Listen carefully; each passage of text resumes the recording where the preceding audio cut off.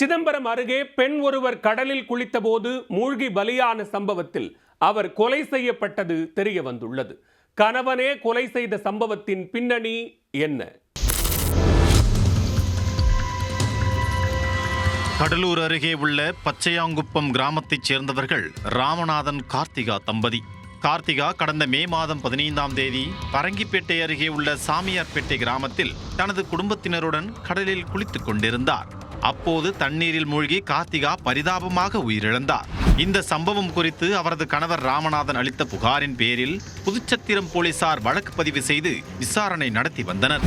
போலீசாரின் பல்வேறு கட்ட தொடர் விசாரணையில் கடலில் மூழ்கி உயிரிழந்த கார்த்திகா கொலை செய்யப்பட்டதாக தெரிய வந்தது. இதையடுத்து அவரது கணவர் ராமநாதனை பிடித்து புதுச்சத்திரம் போலீசார் விசாரணை நடத்த அவர் தனது மனைவியை கொலை செய்ததை ஒப்புக்கொண்டார். ராமநாதன் தன் மனைவியின் நடத்தையில் சந்தேகம் அடைந்துள்ளார்.